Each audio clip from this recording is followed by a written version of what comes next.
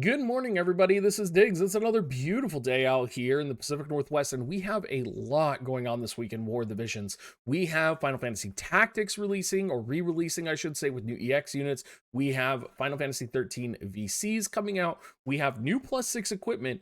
We also have secondary masteries that are not just the Final Fantasy Tactics VCs, along with global buffs to the Tactics vision cards as well. So we're going to go through this video, talk about which one you should pull for, which you should think about, kind of go over some of the things that are coming out. If you haven't seen my separate tactics video, I would go check that out. But we're going to focus more on the VCs this week. And we're going to also talk about some of the +6 equipment. So let's go ahead and dig in. For those of you that may be new to my channel, I am sponsored by the Amazon App Store. If you guys don't know what that is, it's a really good way to save 20% on in-game purchases for War of the Visions. It also supports content creators, and it is just a great program overall. They support content creators as well as you saving money and us making money. It is a win-win all around. So if you have questions about how to use Amazon coins, how to purchase Amazon coins, you do need to download the Amazon App Store. We have a Q&A question in my Discord as well. There's also a instructions if you do to go to our link, dig.gs/coins. It'll be pinned in the comment as well as in my description below. We will of course teach you everything about it, because this is one of the best things you can do for both yourself and for content creators. So thank you so much, and let's talk about what's coming out today, because there's a lot going on. Let's first talk about the regular Final Fantasy 13 VCs. Personally, I'm going to be pulling for all of them. The Lightning VC, we'll kind of talk about from the perspective of should you pull it in general as a VC. So it is going to give attack up 10% for the individual lightning unit that's using it. We're going to get a nice chunky accuracy +15, which is also good. Attack 164, defense 4. So one thing to note, no agility on this. Party wide, it's going to give AoE resistance 20 along with lightning attack 18. I'm a firm believer in AoE resistance as well as VCs that increase elemental attack. For that reason, I would recommend this vision card, even if you don't have lightning. I think this could be a very powerful and very critical VC. Critical evasion 20, not that great, but you know, I'll take it. I'll take it because for a long time we haven't had a lightning VC that does what this VC does party wide with lightning attack up. I wish it would be lightning attack up +35, but beggars can't be choosers. It also has global exclusive buff for lightning, which is going to increase critical hit rate and critical damage, which is very good. Alexander is going to be given to everybody. This is going to be the free vision card. It's going to have both attack and magic on it, primarily magic. The individual unit is going to get magic attack +10, AoE resistance +5. We're going to see party wide for light element units, magic +30% and accuracy +25. And it's going to increase max damage 2500. It's also going to have an exclusive buff with hope. If we pop on over here, you can scroll down and we'll see, or we'll scroll up to see what it is for hope. I believe it's his individual buffs get extended. So it gets magic up, and it's going to increase effect duration of buffs and debuffs cast by self. So pretty interesting. The one thing with this VC, it's free. You're going to max it out anyway, but it's not essential. And we have other light element VCs that do what this does or does it better. It is nice to have a max damage up light element VC, but overall, this is something that's going to be mostly overshadowed, probably put in a secondary slot, because you're going to be able to get higher stat values from other light element VCs, especially with the amount of global exclusive light element VCs that we have. Snow's VC, pretty good. Comes with defense 3, attack 158, HP 340. Uzo, stop licking your paw, bud. Hey, calm down. Sorry, one of my dogs has been licking his leg nonstop. For the individual unit effect, it's going to be single resistance +10, which is really good, of course, for snow. HP +5%. Party wide for ice units is going to increase defense penetration 25. It's also going to increase ice attack 18, and it's going to give wind resistance 20. Now it is going to get a buff because, of course, we are on the global side for hope, which will give healing power up and area attack resistance up for snow. This is a pretty good VC. Again, defense penetration, it's hard to go wrong with. Ice attack, it's hard to go wrong with, but it's more a VC of like, it's more of what we kind of already have in ice. The defense penetration though is really nice. I would say this is be on the fence about it. You know, don't go crazy, don't lose your mind for this, but it is a really good VC. And if you have snow, you're probably going to want this. Now, along with Final Fantasy Tactics, to step away from Final Fantasy 13 for a little bit, we are going to be getting some new +6 gear. So Sortilege is going to get a +6 variant.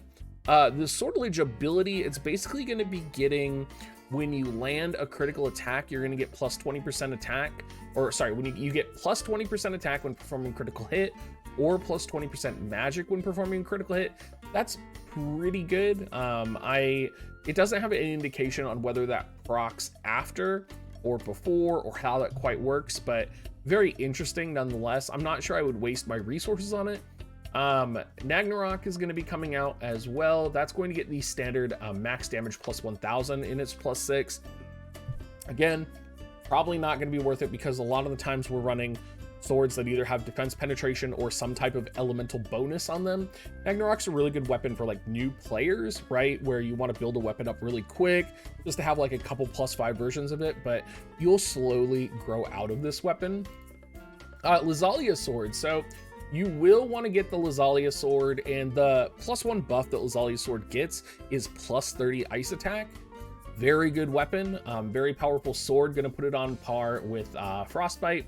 It's going to come in at 178 attack, 101 magic.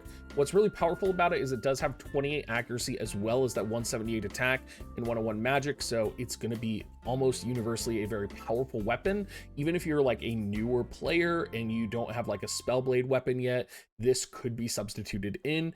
Just a universally really powerful ice sword, especially if you don't have, your Frost Sword +5 yet. Coral Sword is going to be coming out with its +6 version as well. Coral Sword is going to be getting increased critical hit rate 10. Not too remarkable, particularly with Lightning Sword being out. I would have liked to see something a little bit more, but I'm not going to complain about critical hit rate +10. Now, in addition to these +6s, we are also getting 2 more masteries for Salir and for Adelard. Salir's mastery is going to come in. It's going to give 10% HP for lightning allies, infusion resistance 25% for lightning allies. Her original master ability gave magic 20%. That's going to get upgraded to magic 30%. It increased her magic attack 15. That's going to go to increase magic attack 25 for self.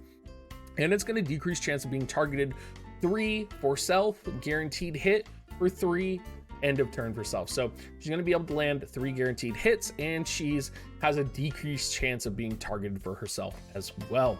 Now, my boy Adelard, for those of you that know me, I love Adelard. His original mastery ability was magic 25% for self, dex 10% for self. He's now going to get HP 10% for fire allies, frostbite resistance 25% for fire allies, magic plus 50% for self, dex plus 10%, he's still going to have that, and then pierce and missile resistance 15% for self. So he is going to be very tanky, and I love that. And he's going to get a pretty substantial magic bonus here. So he's going to end up with 15% slash resistance, 25% pierce resistance, 25% missile resistance, and only going to be 10% weak to striking and magic, which is going to make him absolutely fantastic. Now, in addition to all of this, what's interesting is they released buffs for the new VCs, or for the old VCs. So Scion of House Vale, if you guys aren't familiar, is one of the most powerful light element VCs in the game. Just generic VCs. I forgot that it's only generic. That's how old it is.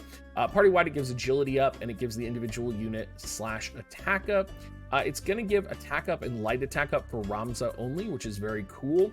It's nice to see a global buff on this VC.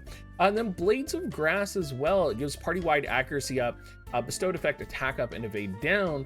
For Delita and Ramza, it's going to give slash attack resistance, piercing rate up, and slash attack up. So this could be pretty substantial. If you think about like how Ramza and Delita were kind of blown over on the JP side when they were released with their EX forms, this could be enough to make them a little bit more powerful, a little bit more relevant, particularly when you're running Delita in like an elemental composition or Ramza in a party-wide light element composition. It gives them that extra versatility that you may not have been expecting. So I'm very excited for this. We have also a new guild map update. This is going to be for October 3rd.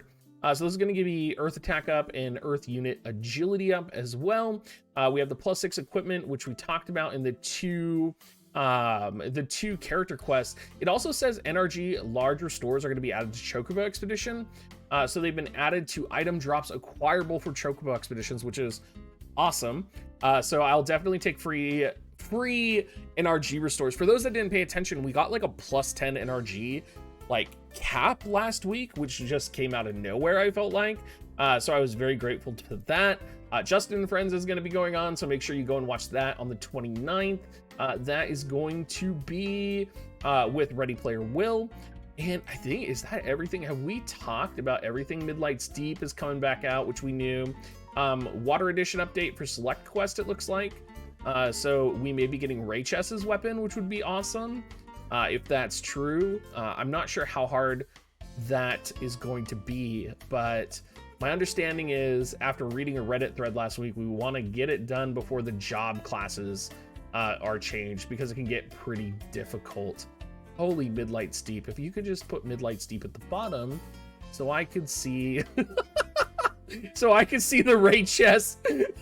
Kumokiri is the katana, so that's going to come out. So we'll definitely be doing that. And then Chapter 10, Scene 1 is also going to be coming out this week. In addition, we're also going to have a whole host of campaigns, which I'm sure all of you guys are excited about. Anyway, everybody, let me know how hyped you are for Final Fantasy Tactics. I will be pulling for Ramza. I hope you guys are ready. Rumor has it that Final Fantasy Tactics banners are not going to have pity, which would be terrifying. Let's cross our fingers. Have a good one, everybody, and I will catch you guys all later.